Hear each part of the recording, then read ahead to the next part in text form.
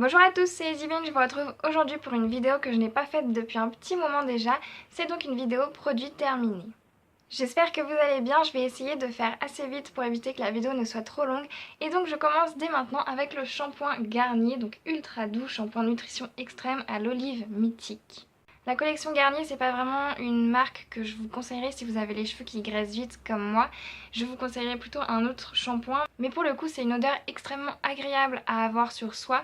J'ai vraiment adoré ce shampoing parce que après le shampoing, on sentait encore l'odeur. Là, j'ai le Garnier, je sais plus lequel, le jaune. Et là, je le sens plus l'odeur sur moi. Alors qu'avec celui-là, vraiment, si vous aimez l'odeur de ce shampoing, vous allez encore l'avoir sur vous après le shampoing. Et ça, c'est vraiment top. Donc j'ai adoré ce shampoing pour cette raison. En plus, vous avez quand même des cheveux assez soyeux avec la marque Garnier, donc c'est pas plus mal. Ensuite, j'utilisais avec l'après-shampoing de chez Pantene pour les cheveux fins et j'ai vraiment été agréablement surprise par ce shampoing. Alors l'odeur ne m'a pas plus transportée que ça, mais par contre j'ai vraiment beaucoup aimé la matière sur mes cheveux. J'ai tout de suite trouvé que mes cheveux étaient beaucoup plus soyeux après le shampoing. Est-ce que c'est le combo des deux qui a fait ça? Je n'en sais rien, mais pour le coup avec cet après-shampoing mes cheveux étaient vraiment doux après et ça se sent directement sous l'eau quand vous enlevez votre après-shampoing. Il est également assez bien pour démêler, donc je vous le conseillerais si vous avez les cheveux fins et qui se mêlent très facilement comme pour moi.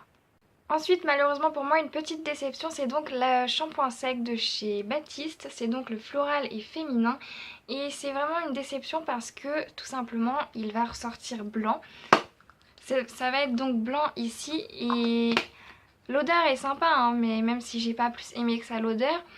Mais le truc c'est que votre shampoing sec, même si j'avais beau faire ce qu'il demande de faire, j'avais toujours une sorte de pellicule blanche. Pourtant moins j'en mets, si j'en mettais pas beaucoup mes cheveux étaient toujours un peu sales et si j'en mets de trop du coup ça me faisait une sorte de pellicule blanche et ça faisait à moitié les cheveux secs. Enfin vraiment j'ai pas du tout aimé cet après shampoing.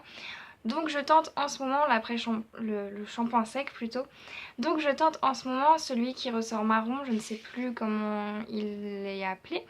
Mais je préfère largement celui qui est marron et je l'ai déjà racheté d'ailleurs, celui qui ressort marron. Donc si vous êtes brune, testez si vous voulez, mais franchement je vous conseillerais pas ceux-là.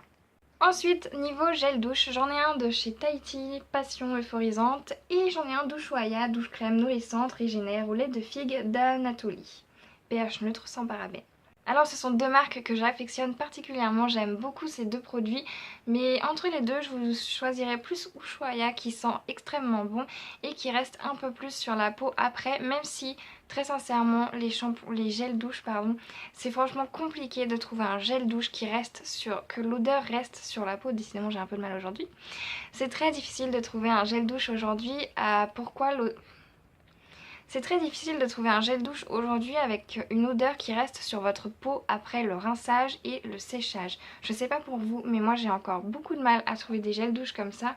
Donc ils sentent super bon, c'est agréable quand vous êtes sous la douche, tout ça, mais ils restent pas après et ça c'est vraiment très très dommage. Ensuite je passe à un gel nettoyant pour le visage pamplemousse rose et il est complètement vide comme vous pouvez le voir.